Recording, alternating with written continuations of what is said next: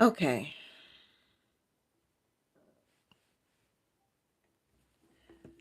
Yo, this has just been extra frustrating.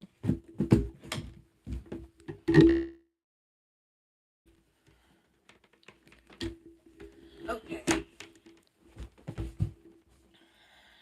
Yo, this has just been extra frustrating.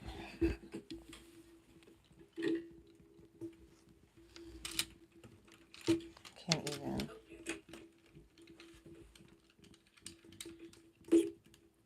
What is going on for real? Okay. It's crooked.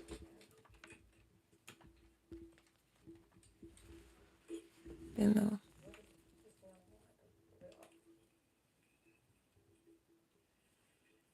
Okay. It's crooked.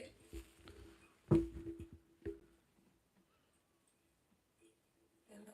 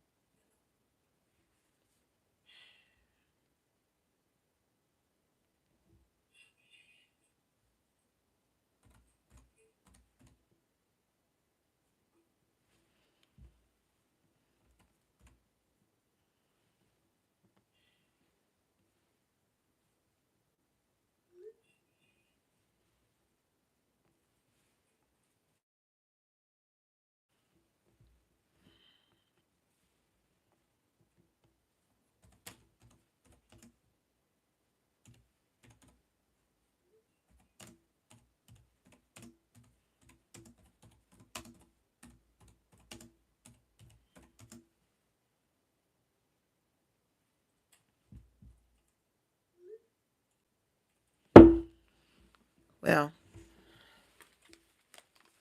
ow. I am live.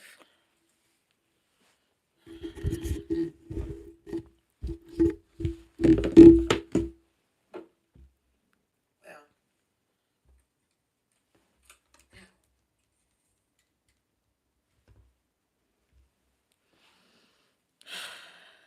this was so frustrating just to get it everything going. Like, okay.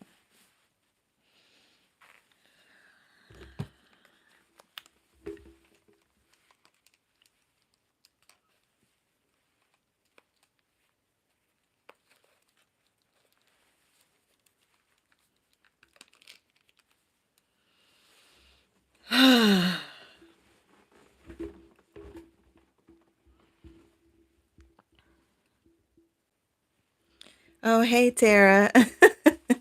Hey, I'm making it, y'all. Gotta rotate this a bit. Get easier. Light to get on me. I feel like this is all the way up. Like it should be.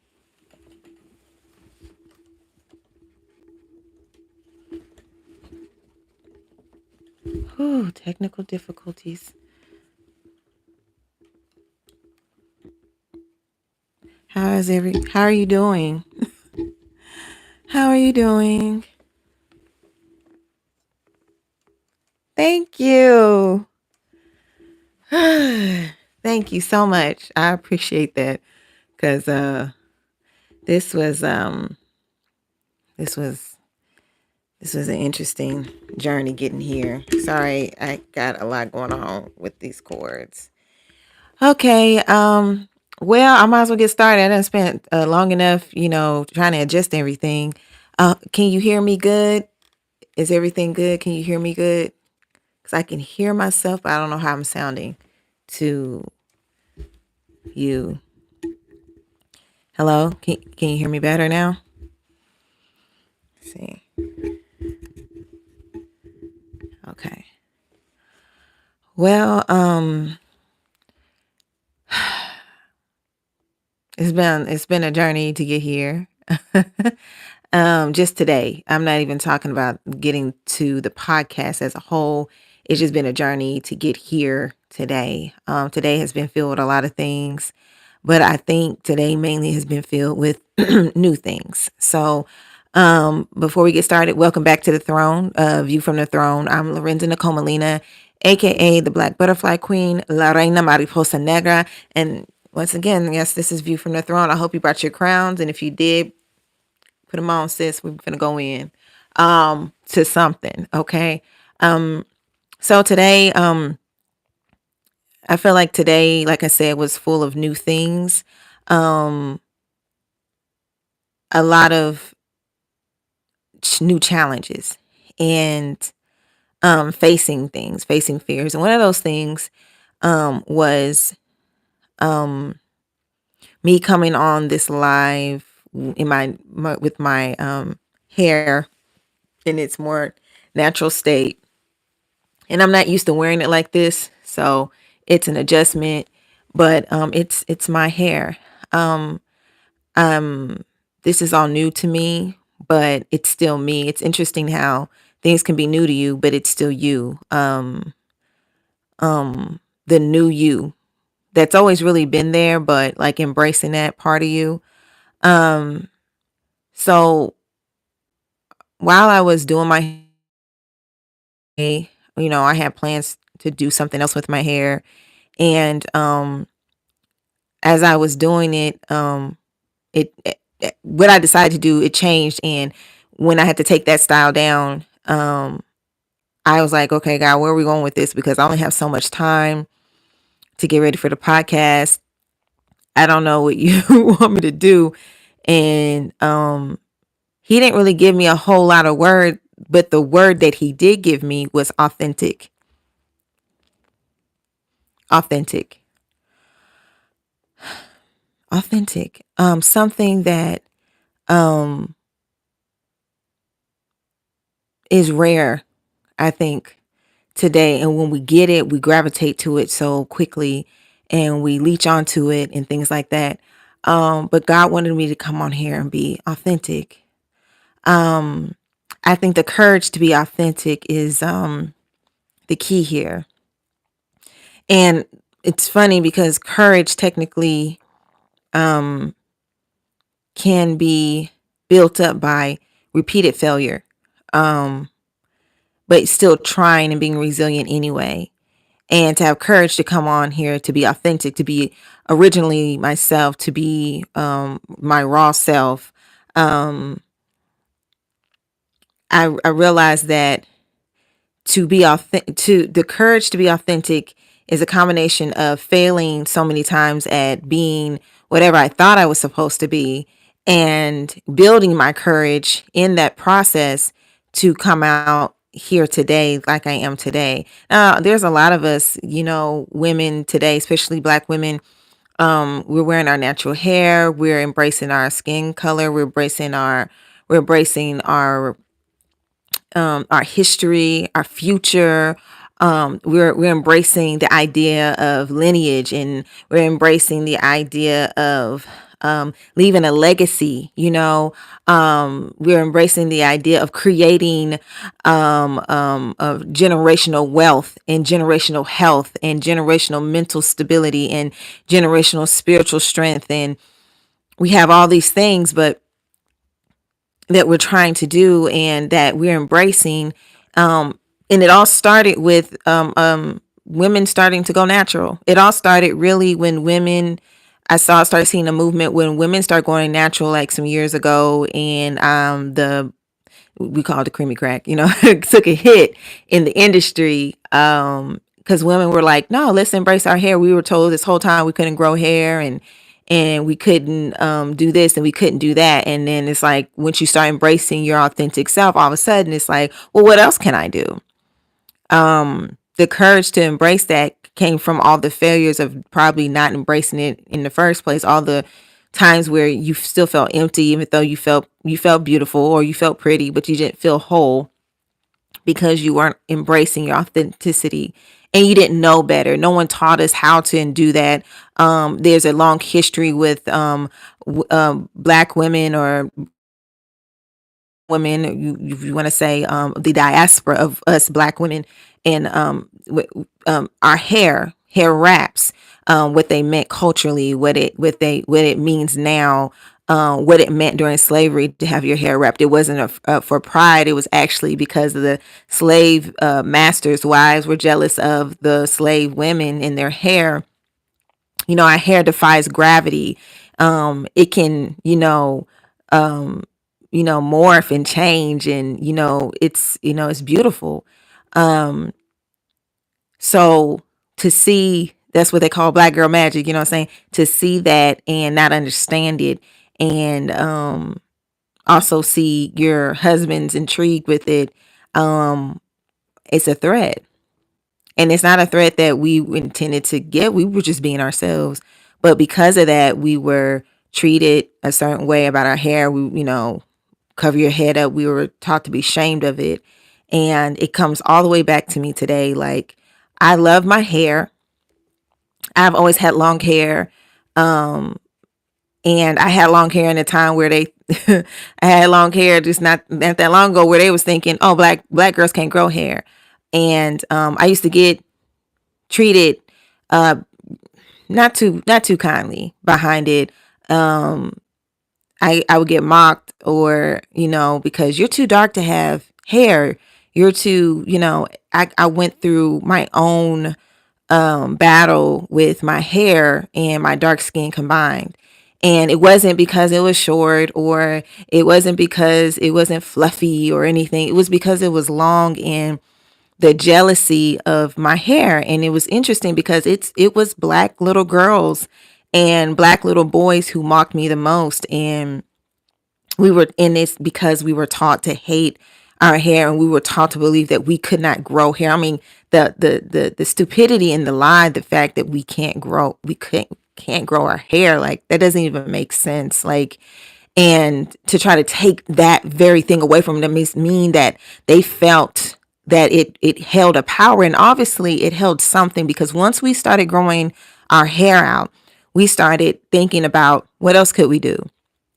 Once we started doing more with our hair, like letting it be free, we started thinking about what else we could change, what other part of me isn't free, and living unapologetically in this life. And the journey that I am on, the life that I am living, is going to require me doing just that. It's going to require me really walking in my authenticity unapologetically in every way. It doesn't mean, that the only way to do that is have your natural hair out, but it means that you loving all of yourself. And if you do something, it's just to experiment, to have fun, not to hide or cover yourself up, but to embrace yourself, to see, help bring out the qualities that you have in your way of moving in this world. They say some people go by the beat of their own drum, but I feel like women, we sway to the melody of our own song. And however you show up in this world, however you sway in this world, whatever you do, let it be a compliment to who you are.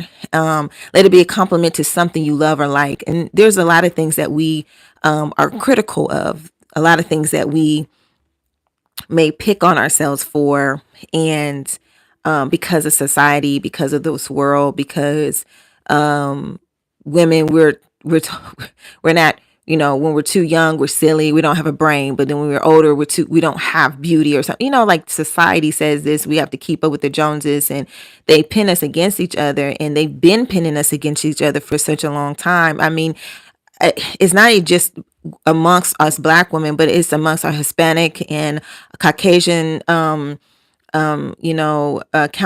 We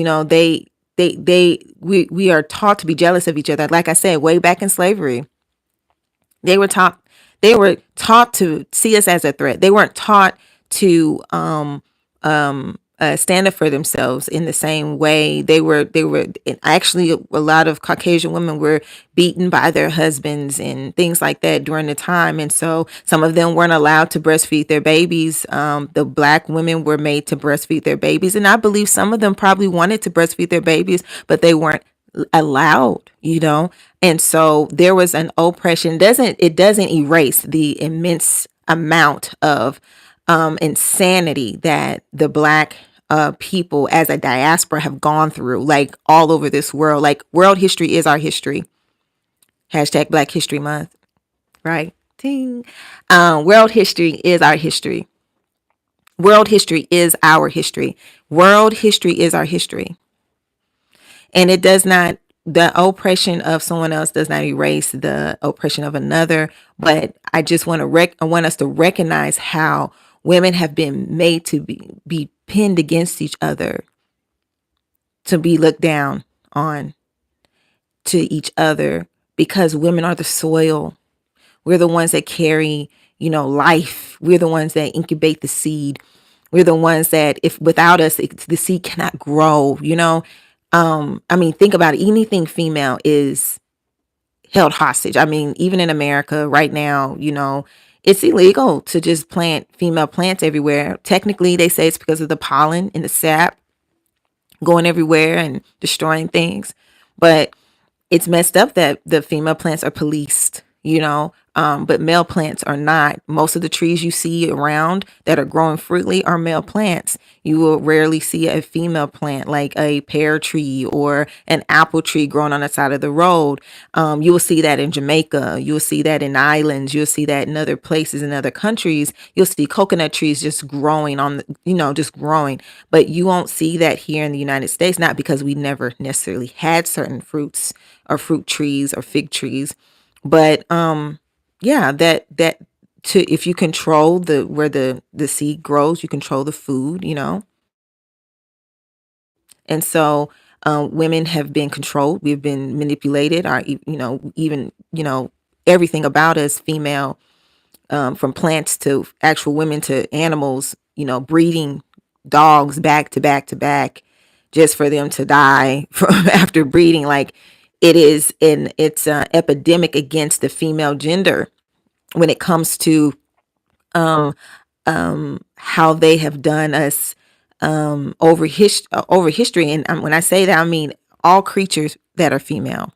It is shown in so many ways. It's shown in science. It's shown in life. It's shown in love. It's shown in business. It's shown. It's shown. It's shown. It's shown. It's shown over and over and over again. Anyway, but I just want to point that out, because um we we are so powerful just as women. And then, because this is Black History Month, I want to focus on, Black women, um Afro women, Afro Latina, Afro um Afro European, Afro Canadian, Afro anything, Afro, the diaspora, because we are world history. The reason why I say we're world history is because we all came from Africa. Let's let to a perspective, what I'm trying to explain. If a mother and a father have like 5 children, and those 5 children get taken from them, and they get put into different countries, Brazil, Jamaica, Africa, Mexico, Haiti, they get put in those different places, and the mother and father aren't with them. They're still in Africa. And those kids get married to people, most likely the indigenous people of that land, and have children. Does that make them less siblings? Or does that just spread them out further? See, we are so caught up in, oh, my flag here, or no, I'm American, or no, I'm from this country, I'm not Black, because that's an American term, but the diaspora is the diaspora. And if you are part of the diaspora, whether you're in Brazil or Mexico or France or, Spain, you're in London, you're in, any Norwegian, or, area, if you're, no matter where you are in this world, Japan, China, anything, you're Black. If you're part of the diaspora, world history is our history. Our history doesn't just start here in America. Black history doesn't just start with slavery. It starts with Adam and Eve. It starts with North Africa, South Africa. It starts with the land. It starts with the soil. It starts with the tribes. It starts with Eritrea and in Ethiopia. It starts with Jesus himself. It starts with Moses. Moses was married to, I believe, an Ethiopian woman. His father-in-law, Jethro, was African. Like, we're chosen. We've been all up and through here for a long time. It was an African man that helped hold the cross up for Jesus. It was an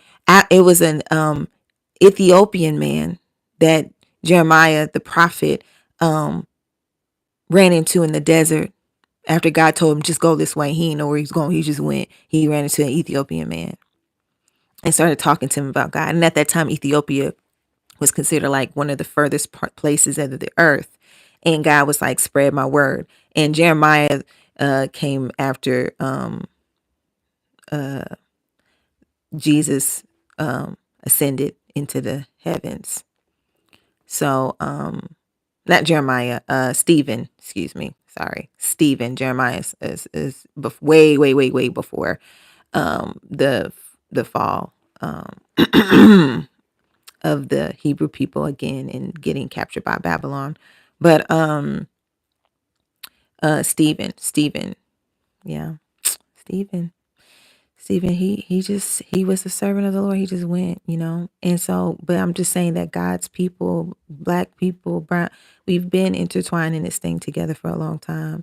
And understanding our biblical history, understanding our physical history, understanding our ancestry, understanding those things help us to understand ourselves.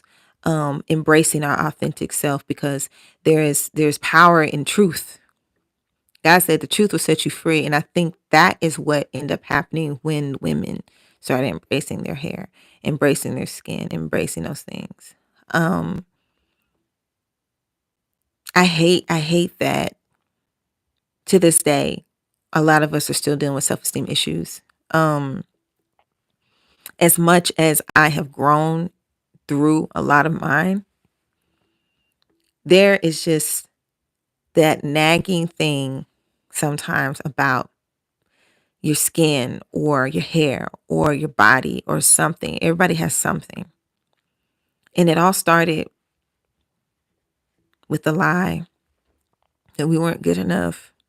And today it's like, for me, I'm just standing on the truth, for myself. And I hope to be a representation of, it may not be easy, to start accepting your truth, your beautiful truth, I want to say. Accepting your beautiful truth. Because we were told beauty looked like something else. We weren't told beauty looked like our hair, even though it does. We weren't told that beauty looked like our noses or our eyes or our skin or the way we walk or the way we talk or the way we are the leading anything when it comes to business. Whether we are putting a Black dollar in it, or it's Black people making the music, or Black people dancing, or Black people doing the entertainment. We're the forefront of everything. When we get to stand, everybody stands. When we fall, everybody falls.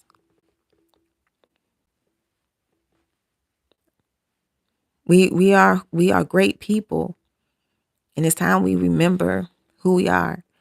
Um, it's important that we be authentic. We be authentic to who we are. We be authentic um, to the feelings that we have, so that even if those things are not good, those say we have negative things in us, we need see what those things are so we can deal with them. Um, you have to walk through it. Authenticity is a walk. It is not an easy walk. It is a choice and it is a walk. It is something that you have to continue to choose every day, because you can walk away from authenticity anytime you want to. But the more you walk away from it, the harder it is to come back. I used to do track, and one of the things in track was when you're doing a long distance run, um, you're supposed to keep a pace, right? And when you don't keep a pace, and you go too fast or you start going too slow, it actually, you can run too slow and be burning more energy trying to maintain a slow pace, and it's not doing you any good, because you don't want to lose, because you're too afraid to pick up the speed. And then you can go too fast and burn yourself out ahead of time and have nothing left over. But if you have a pace, you want to keep that pace. That pace is going to get you where you need to go. It's the progress, one step at a time. But if you and stop and start, that adrenaline and everything going in you, all of a sudden you start feeling like you have molasses running through your body. You can't keep starting and stopping. It is harder every time you stop and you try to start again in a race. It hurts more and more. It is harder. So it's better to keep a pace than trying to sprint and then stop and start, or try to go slow and stop and start. Just keep a pace, right? That's what authenticity is too. Keeping a pace. Just showing up every day for yourself. Just being honest with yourself, being loving towards yourself, honesty with love, criticism with love, not criticism that takes away from you, but healthy criticism. And so that you understand when other people come around you and they're not giving you healthy criticism, accountability, um, freedom, you know. So that's what God gave me. He just gave me authenticity. It's just, if you want to really make an impact in this world, you gotta be yourself. I heard somebody say that God can't bless who you pretend to be. And it's not that even some of us think we're pretending. It's just that we haven't really stepped in fully to ourselves. And if you're only a fraction of yourself, you only get a fraction of whatever that self is. And I think by now, all of us deserve to have everything that God wanted us to have. We've been robbed long enough, you know. We've been robbed way, way long enough. Um, who who you are, who you came in this world as, is still in there. It's it's still there. You may feel like it died, but Lazarus rose. There's so many people that rose from the dead in the Bible. At this point, it don't matter what you think is dead. If God can bring it back, He can bring it back. I know, because He brought some things back to me. Um, and I'm gonna tell you, this is gonna be a little bit of TMI. So um, and it's a little bit rough. So if you're not mentally prepared to hear anything rough or a little deep, too deep, I understand. I'll give you a minute to, mute or whatever. Don't leave. Just mute it for a little bit. No, just um, but authentically, I want to say, reason I know that He can restore things back is because I've been raped before, more than once. And after you're raped, rape is called murder. It's the murder to the soul. You do not feel like the same person. This is why identity completely changes after somebody goes through an encounter like this. And depending on how they went through it and who they were and when it happened, what time of their life it happened in, it can be so bad that some people take themselves out of this world, and it's very sad. And it changes the identity, changes how you think of yourself. I mean, it's so many things that can affect you spiritually, mentally, and you can't be who you were. You just can't be who you were before. So how do you live when you feel dead, when you're walking around dead? And This is why some people take themselves out of this world, because it is the most horrible feeling to feel like you're the walking dead. You are empty inside. The world just looks different. It smells different. It feels different, and you can't leave it. You didn't ask to be here. It's a hell that you have to live in, that you are forced into. See, hell is usually a choice. Like heaven is a choice. But hell on earth, because somebody took advantage of you, that's so unfair. It's so unfair.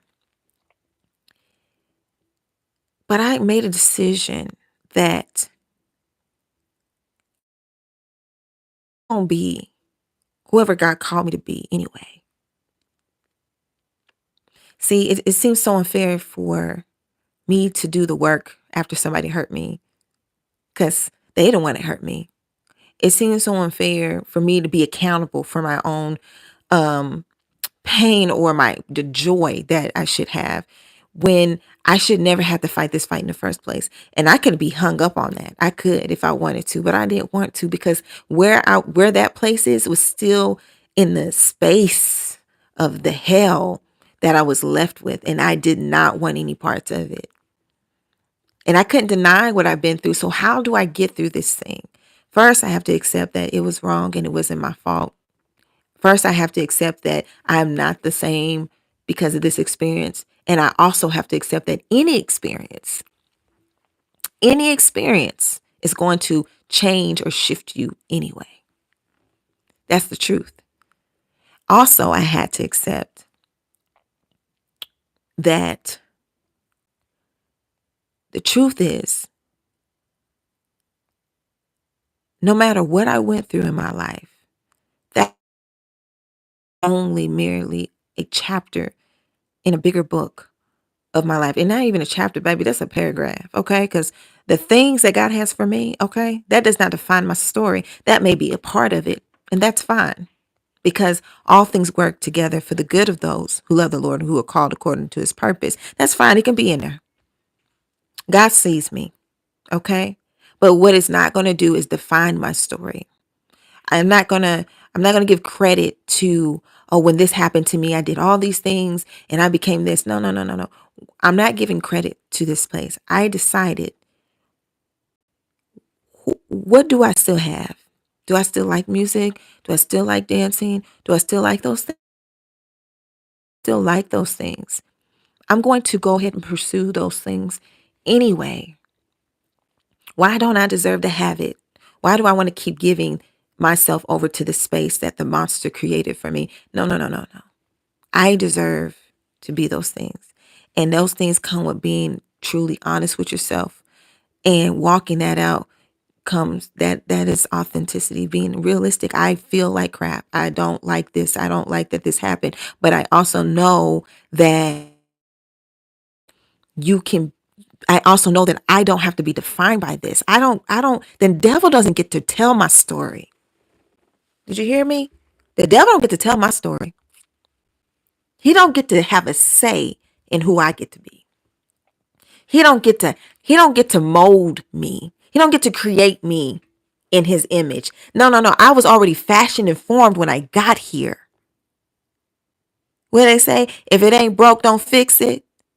I don't know what's going on here, but you're not going to tell me who I am. So if I felt lost, who I had to go to is God. Well, God, when I came, you had an identity. What's that identity? How can I be who you've already called me to be, despite what has happened to me? You raised Lazarus, God. Raise me back. You raised the little girl that was 12 years old that was ill. You said she was just sleeping. You raised yourself. You raised Tabitha, which is a woman who was a disciple after Jesus ascended. And I'm not talking about a disciple way, way later. I'm talking about she was a disciple that was appointed by Peter and them, Simon Peter and them, to work in her area. And she was loved. They say she was greatly loved. Greatly loved. And she got ill and sick and died. And they were crying for her. And Peter showed up. they was like, Peter need to come out. Somebody need to come out here and do something. Okay. And when she woke up, she was crying.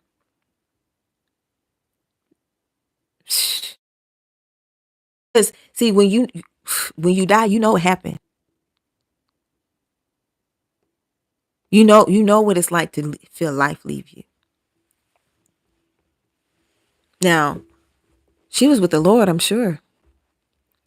But something precious about this time, something precious about your life, something precious about you. You don't have time to let everybody tell you who you are, to let your pain tell you who you are, to let your trauma tell you who you are, to let triggers identify you to other people, because every time somebody does this is how you react, and everybody's like, oh yeah, that's so and so. They always react that way, blah blah blah. No, no, no, no, no, no. You don't have the time to be identified by triggers. To be triggered all the time. You don't have time for that. All you have time for is the audacity to be you anyway. To be you anyway. That's all you got time for. This is your life. And you can live again.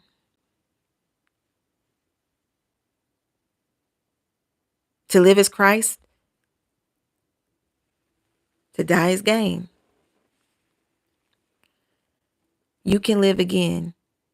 When we walk into believing and getting saved, it says we're born again.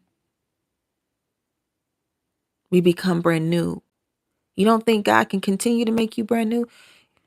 You don't have to go fight to try to find something you lost. I guarantee you'll be surprised when God opens his hand to you and you see all the things that you thought were gone, all the things you thought they stole from you, he still held in his hand. He said, I held the best parts of you. I kept the best parts of you on reserve. I kept your identity on reserve. You do not have to live by what has happened to you. You do not have to live by what people have said about you. You do not have to live by it. You can be still yourself. You may have to be renewed and resurrected, but this is still your life. And that resurrection is not going to define you. It's going to be part of your story. It is going to be a beautiful part of your story, because they say hurt people hurt people. Well, I think resurrected people can help resurrect others. You do not have to be defined by the lie. You can be set free by the truth, living in your authenticity, living in the truth. This is difficult. This is painful. I feel empty inside, but I refuse to let it tell me who I am. I'm going to look for God. And when you look for God, you find yourself. So no matter if it happened or it didn't happen, you are always going to have to look for yourself, for in God to truly see all of yourself. I really believe that we are held, the best part of our identity is hidden and held behind the heartbeat of God. You got to search out his heart. The more you look for his love, not what you think love is or what you've experienced love to be, but really his love, patience, kindness, mercy, unconditional. You look for that behind the heart, you're going to find that what they took was never you. They took a shell of you, a shadow version of you, but they never took the real you. And you get to get her back. You get to get him back. You get to get that child back. You get to get the best part of you back. You haven't lost. But woe to those who have hurt you, who have murdered you, who have tried to bury you in the sand. Woe to those, but you have not lost. You get to win still. You can still win. You can still win. So be honest with yourself. Start working on that pain. Not because it's your responsibility to what they did to you, but it's your right to be happy. It's your right to have joy. It's your right. It's your right. It's a right. And it's still your right. What happened doesn't change that. It's still your right to have joy. It's still your right to have peace. It doesn't change that. It never changed that fact that your joy and your peace is your right. Whoo, child. Y'all, let me see. Okay, I'm over looking at the time because I was getting into it, I'm trying to scoop my seat up. I look like I'm bouncing. Oh gosh. Oh, it's your right. Just like it's my right to wear my hair out and embrace that.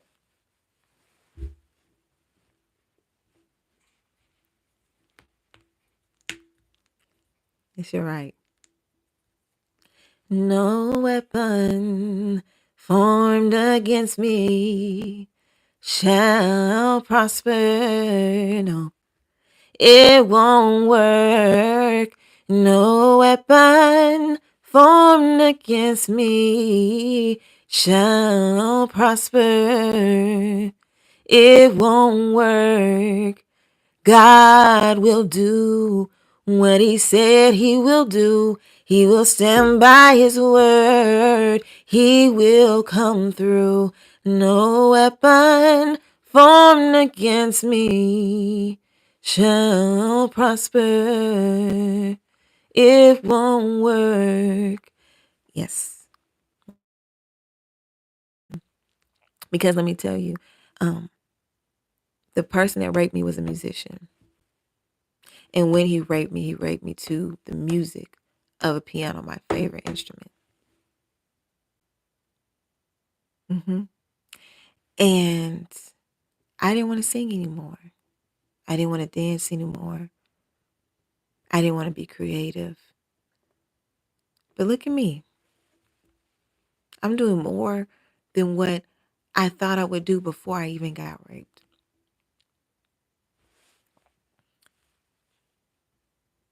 Before I got raped, all I thought about was just music. Maybe dancing here and there a little bit. But now I'm a podcaster. I still dance. I'm an artist, a recording artist, singing and rapping, creative director. I could sew. You know what I'm saying? Photographer, model,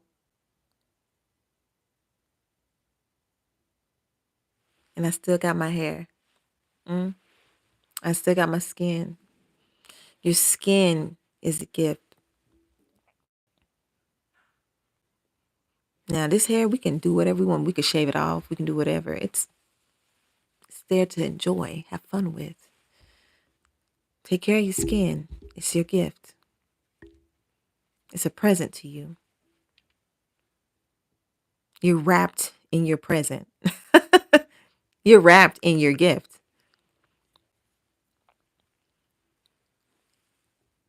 How am I here if I was once dead? How am I alive if I was once dead? God did it. But I had to be willing to be real with myself. Excuse me. I have to be willing to be real with myself and be honest with the people around me that love me. And if somebody didn't support me, even if it hurt, I had to go ahead and let them go. Because you don't have time for people who don't support you. You don't have time for people who are going to gaslight you, who are going to make you question what you're thinking or what you said or try to say, oh, you're making it up. I had a lot of people saying that I was playing victim. I had a lot of people in all walks of life coming against me, talking about me. I mean, it went on for so long that even after I got married, people were still talking about me and my children, my husband. They was tripping. And I never even, the crazy thing, I never even said a word. But guilt made the attacker speak and tell on himself. But I got how that happened. But did it stop God and his intentions for me? No. Stay open to what God still can do for you.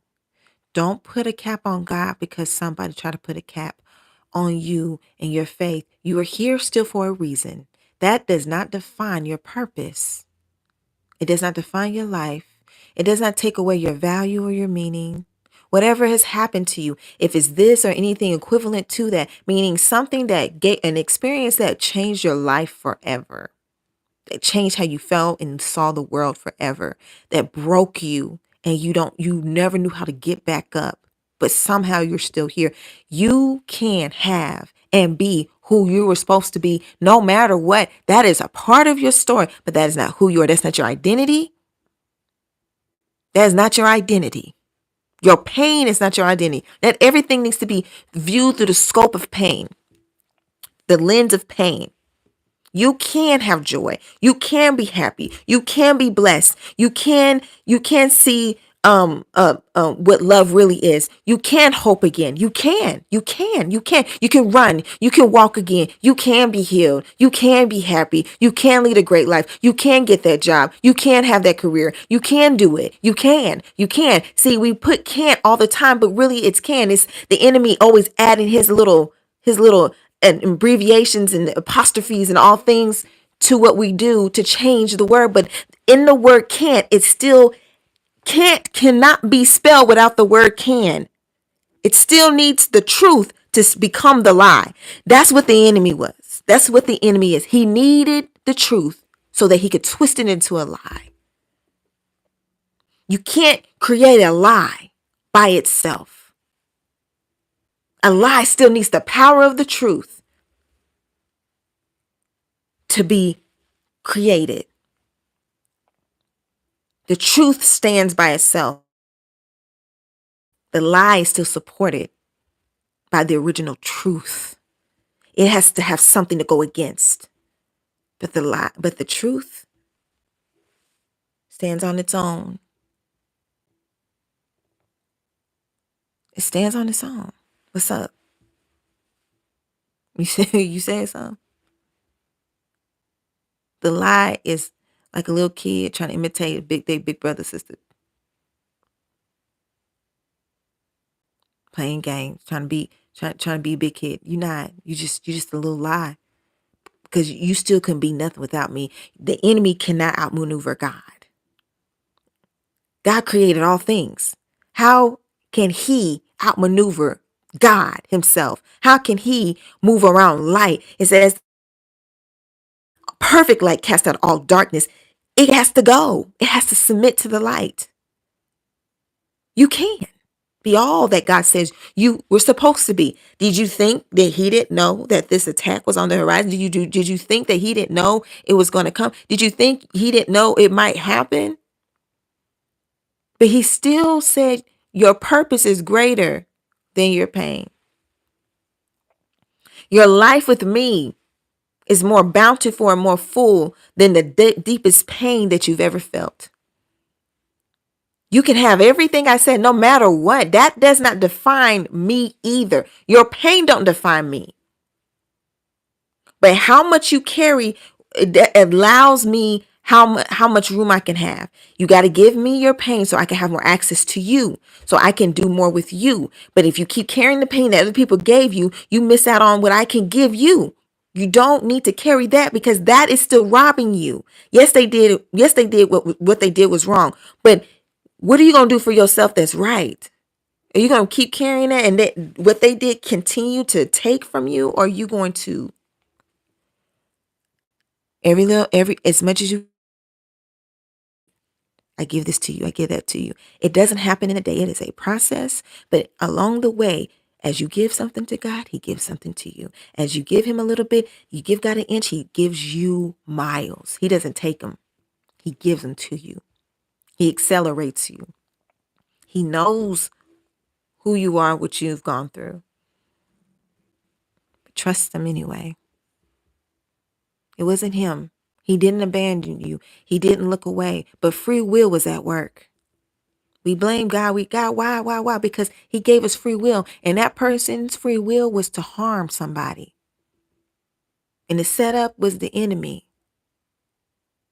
Free will was at work. Free will was being operated by the enemy, was being influenced by the enemy. There's free will that does good things, being influenced by God, and then there's free will that's being influenced by the enemy, but it's free will at work. We blame God for so much stuff in this world, but it's free will. Some things just happen because of free will, because people are irresponsible with their free will, but you still have your free will regardless. You can do something for yourself and you deserve it. Well, I hope that you understand the power of authenticity after this conversation, if it makes sense to you, that you can be authentic right where you are. And through that, you slowly begin to be liberated and gain freedom. And I'm a living witness. How am I here? I did not used to want to be seen because of how badly people were trying to attack me. I've had people try to fight me behind the lie that the attacker told. Try to fight me. I didn't want to be seen. It's not that I can't fight. I'm I'm was tired. But look at me now on a podcast with my natural hair. I done got talked about with my natural hair, my skin, people trying to fight me. Look at me. I'm just right here. I'm just here. I'm here. I'm right here. And I'm doing it. And I can't believe it, y'all, because I can't. I'm here, but it's like, wow. But I'm living proof. You can smile again. You can enjoy the things you loved again and more. And this is the thing. I'm not even done yet. This is just the beginning. This is just the tip of the iceberg. I'm looking forward to seeing the rest of my story. I hope you look forward to seeing the rest of yours. I'm gonna pray. I haven't really prayed on the podcast before, but I'm gonna do it today because in the spirit of newness and difference, Lord, I just want to thank you for this hour in this moment. Whenever anybody decides to tune in, whoever sees this, thank you for their life. Thank you for the time that they decided to spend to listen to this podcast today. They could have listened to anyone else. They could have done anything else. They could simply just not even be here. But they are. They showed up. And that means something. The power of their presence means something. God, I thank you for who they are. I may not ever get to meet them, but they blessed me today by watching. I'm grateful for their time because their time is not owed to me, but they gave it freely. And I appreciate them. So bless those who have blessed me. God, I pray over the mind and the heart of anybody hearing me right now that just feels ultimate defeat or sorrow, that feels like they don't know how to be who they are. Show them how to just stand in truth. Not the lie, not necessarily what they've been told to believe, but show them who they are and show them the truth and give them the courage to stand in truth. Give them the courage to stand on the truth so that they can develop and walk in their true authenticity, so that they can enjoy who they are, so that they can be loved by themselves and others. Give them hope again where there is no hope. Give the fallen hearts, lift them up from the ground, dust them off. In the name of Jesus. God, I thank you for your time. I thank you for your love. I thank you for your energy. I thank you for all that you are being with me. And thank you for everyone who's ever listened and all those who are listening now. Thank you for them. You are appreciated. Lord, thank you. In Jesus' name, amen. You are appreciated. And I mean that. But once again, I'm going to have to go. I stayed on here way longer. I hope this helps somebody. This was not a planned, nothing about this was really planned. Not even my hair, not this outfit, nothing. Nada. By me anyway. Not even my backdrop was planned by me. This is all God. This is his podcast. It's not mine. I'm just the host for it. Just like the Holy Spirit is the Holy Spirit. He living in me, but it's him. He gets all the honor and glory for this. I can't take none of it. No credit. I'm just here listening. And I hope that it helps you. This is called View from the Throne after all. God's perspective. And so I just want to give him that space. But I guess I'll see you later. But don't ever forget, no matter if your crown is tilted, no matter if it's cracked or if it's fallen in the mud, it's still your crown. Wipe it off, put it back on your head, and let it shine because it's still going to shine. Okay? And I'll see y'all next time at the throne. Bye. Bye. Bye, bye, bye, bye. Bye, bye, bye, bye. Bye. Because it's alive, so, I can't I got to, cut the thing.